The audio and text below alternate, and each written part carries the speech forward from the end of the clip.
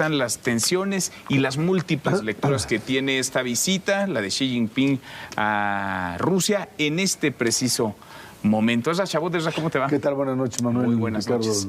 Lourdes Mendoza, Lourdes. ¿Qué tal? ¿Cómo están? Buenas Muy buenas noches, Ricardo. Rafael, Ricardo, ¿cómo te va? Muy bien. Muy buenas noches. ¿Qué lectura darle, Esra? No solamente a la visita, sino al momento de la visita y a lo que de la visita pudiera haber.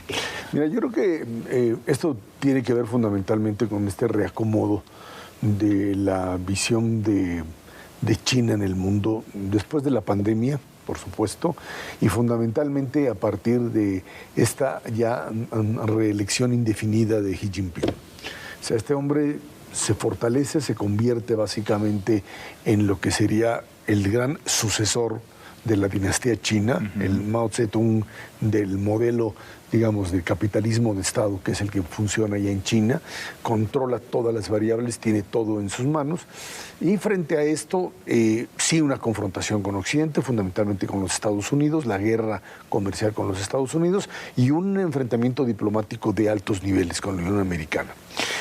Cuando se dio la invasión rusa a Ucrania, China todavía intentaba o estaba en una posición de tratar de mediar, encontrarle alguna salida de uno u otro tipo. Sin embargo, el último año, este año de la invasión y de la resistencia ucraniana, hizo que China empezara a cambiar en su correlación de fuerzas, diciendo, a ver, los Estados Unidos con la OTAN y Europa tienen ahora la posibilidad real de influir, de mantener esto, pero esta zona es una zona en donde China tiene hoy la capacidad real de obtener el control. Lo tienen tanto con Corea del Norte, frente al control de Corea del Norte, las disputas con Japón, etcétera, y este fortalecimiento de Xi Jinping como líder es el que hace que rompa, digamos, con la estrategia norteamericana y se vuelva más un colaborador, es el hombre que trae finalmente a la figura de Putin a China, lo vuelve un ente legítimo que había sido descalificado totalmente por la comunidad internacional, va a recibir a los iraníes también. O sea, ¿los dados chinos están cargados? Los dados chinos están cargados a representarle o a manifestarle a los Estados Unidos y a la comunidad internacional que ellos están dispuestos a seguir siendo una potencia que le disputa la hegemonía mundial a la Unión Americana. Y por eso no les cae, Lourdes, nada en gracia en Estados Unidos esta visita, la de Xi Jinping. Nada en gracia, y dijeron claramente hay que tener nuestras dudas de la buena voluntad de ser un mediador de China. Cuando empezó esta guerra, platicamos muchas veces en esta misma mesa que China sí era un jugador que pudiera aliarse con Moscú, con Rusia. Y hoy justamente, a ver, tenemos por un lado quiebras de dos bancos en los Estados Unidos. Bancos, si quieres que me dijeras, son chiquitos, pero lo que estamos viendo es que no han dicho en Estados Unidos, no tenemos un problema mayor. Ya está todo sanado en lo absoluto. O sea, sí tenemos un problema hoy que estar viendo qué está pasando con la banca financiera en los Estados Unidos. Por otro lado, tienes un problema de inflación en todo el mundo, que es un problema bastante grave que todavía no se acaba. La Fed, si puede volver a subir las tasas de interés, dicen sí, ahora sí vamos a tener un problema gravísimo de no sé si recesión como tal llamarla, pero sí vamos a frenar el crecimiento de todo el mundo. Y justamente en este momento, a un año de que empezó la guerra, que decíamos todo el mundo, es más que hoy estamos leyendo que muchas veces le dijeron al presidente de Ucrania, Rusia te va a invadir, y que él decía, no hombre, ¿cómo crees? Y que decía, bueno, pues sí me lo dijeron, pero tampoco creí que Rusia llegara a invadirme. Pues sí me invadió. Pero también creímos que iba a ser una guerra muy corta. Y las repercusiones económicas en el mundo que está teniendo esta guerra no son pocas. Tenemos una guerra en repercusiones de cereales, de lo que tiene que ver con todo el tema energético, que no es un tema menor, y Rusia metiéndose justamente en este momento, después del tercer mandato que ya tiene de reelección el presidente ruso, sí te habla de que está diciendo, oigan, a mí no me den por muerto.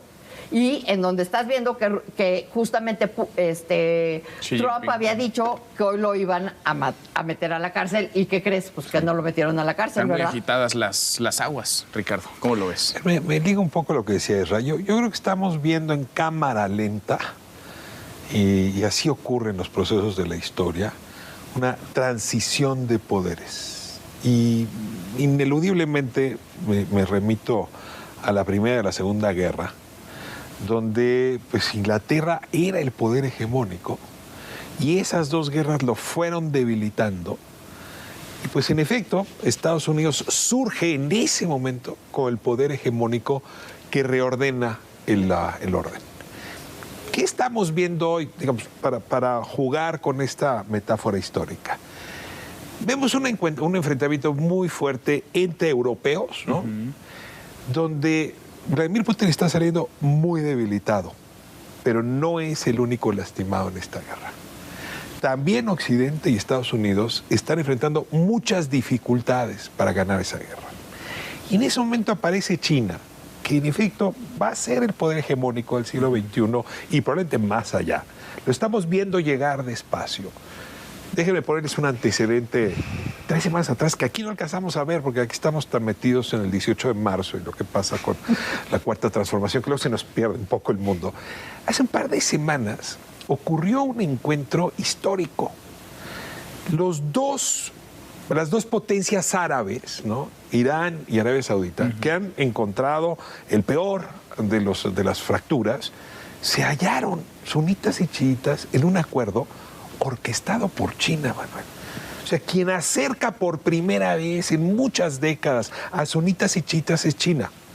Lo mismo está haciendo China. Se acerca a un Putin debilitado, lo abraza, le da fuerza moral, no le está dando armas, no. Le está dando respaldo, y con eso le está diciendo al resto del mundo, este conflicto se va a arreglar en función de los términos del nuevo poder hegemónico. Le preguntas tú a Lourdes, ¿y está enojado Estados Unidos? Pues ¿cómo no?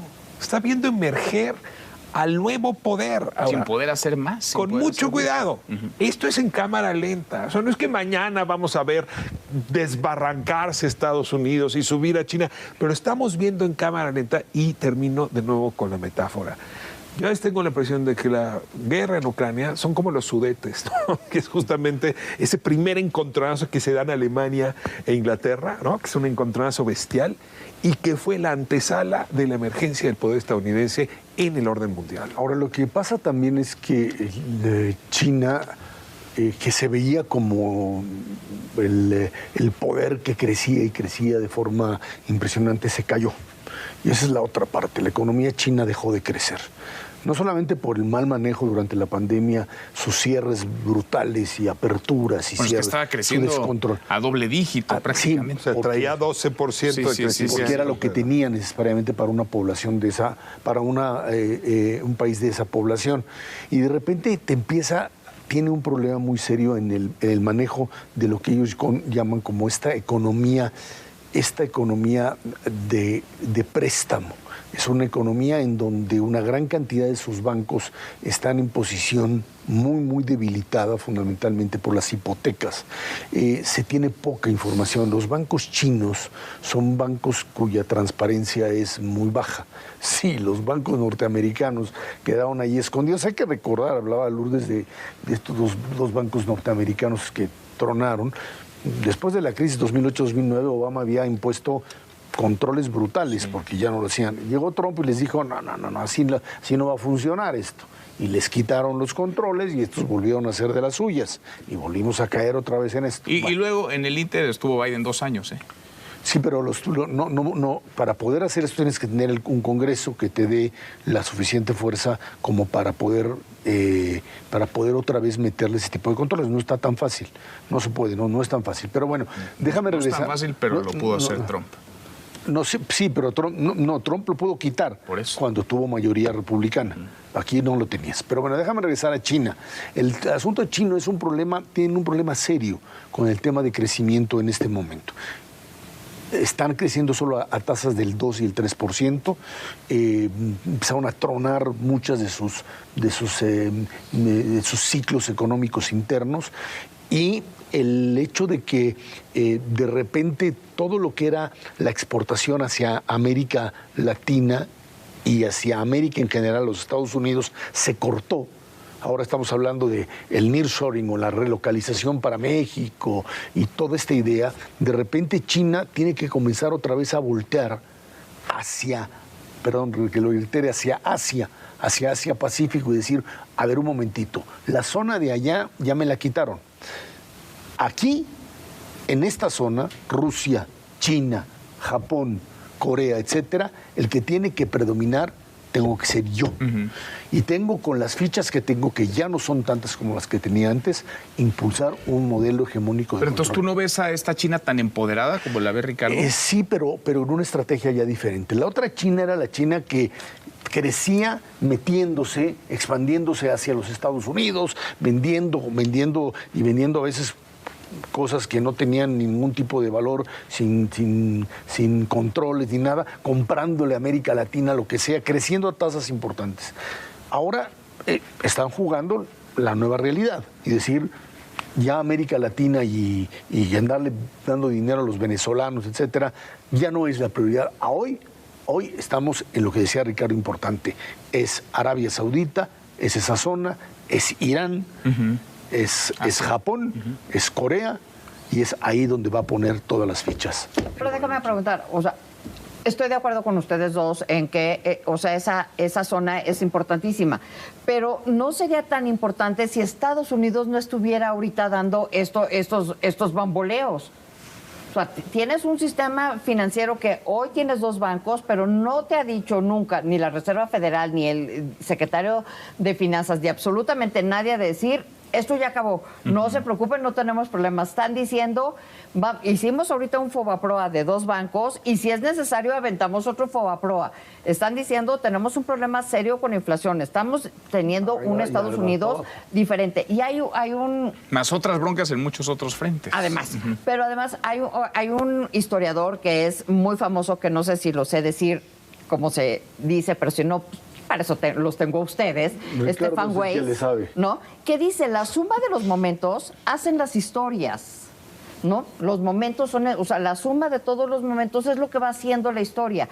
Y es lo que hemos estado viendo desde que empezamos a narrar la posible invasión de Rusia a Ucrania. ¿Qué decíamos? No va a haber guerra, por supuesto. Obviamente no va a haber guerra. ¿Y qué creen? Que sí hubo guerra. Hay guerra. Y luego, ¿qué creen? Que va a terminar la guerra en 2-3 meses. ¿Y qué creen? Llevamos un año y sigue sin terminar. ¿Y qué creen? Que Ucrania no ha podido. Y entonces, uno de los temas también bien importantes es que Trump, que diga que Putin, empezó ya también a visitar zonas. Para decir, no nada más lo puede hacer el presidente de Ucrania, yo también puedo ir a las zonas donde hemos ganado. Además, sale de su país en cuanto se emite una orden de arresto en su contra, sale y provoca, digamos, entonces, y se visibiliza más allá del territorio. Lo que estamos viendo es que las sumas de los momentos nos van a decir hacia dónde vamos a ir en el mundo. El COVID cambió la realidad de todos los países. Claro, yo añadiría un momento más a esta historia, ¿no? La llegada de Fumio Kishida, ¿no? El primer ministro a Kiev. No se puede uno perder página a página lo que está ocurriendo. O sea, tú tienes la visita de Xi Jinping al Kremlin y de inmediato el primer ministro japonés va exactamente al mismo tiempo.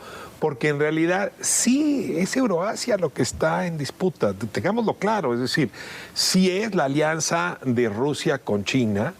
Es una influencia, yo sí diría, era muy impresionante. O sea, los australianos, los neozelandeses, ¿no? Se la están viendo, los indonesios se la están viendo. La presencia en África es mucho más importante que la que existe en América Latina. Sin duda. Y la India está jugando un papel muy, muy importante. Entonces, a ver, uno empieza a ver el mapa de influencia de China y sí, lo que adviertes es que no importa que ya no esté creciendo al 12%. ¿No? Su poder político a nivel internacional es sorprendente y lo más probable es que esta guerra de Ucrania acabe haciendo que bascule a favor de Euroasia y el hegemónico de China el poder. No cierro ahora con lo que decía en ese momento. Está el tema de los bancos, ¿no? Y déjame hacer el símil. Occidente le puso una serie de restricciones económicas a Rusia que no la tumbaron. Que le han pegado ¿No? durísimo. Sí, pero no la tumbaron. O sea, la de militar no la tumbaron. ¿Cuál es la restricción que esta guerra le está poniendo a Occidente? Pues una tasa inflacionaria que no se detiene. Y una serie de medidas que están reventando a los bancos. Es decir, es la sanción inversa. La guerra le está poniendo una sanción ahora a Occidente que está acabando, está cometiendo un problema muy serio. ¿Y quién gana en todo esto? No gana Putin, no gana Volodymyr Zelensky, no gana Biden. Es Xi Jinping quien está ganando minuto a minuto esta guerra. Yo creo que definitivamente lo que sí tienes es un gran triunfo de Occidente, un Biden que reconstruyó después de la locura trumpiana, reconstruye la alianza con la OTAN. La OTAN y Europa y los Estados Unidos son los grandes ganadores de la alianza, de esta reconstrucción, de lo que parecería ser iba a ser una invasión que iba a tomar en 10 días. Ucrania iba a tomar Kiev y de repente resulta que resisten, están ahí presentes, se reconstruye, finalmente Europa puede manejarlo. El tema de los bancos sin duda es un problema que ahí está presente. La inflación como tal finalmente se controla, la tienen disparada todos. La tenemos.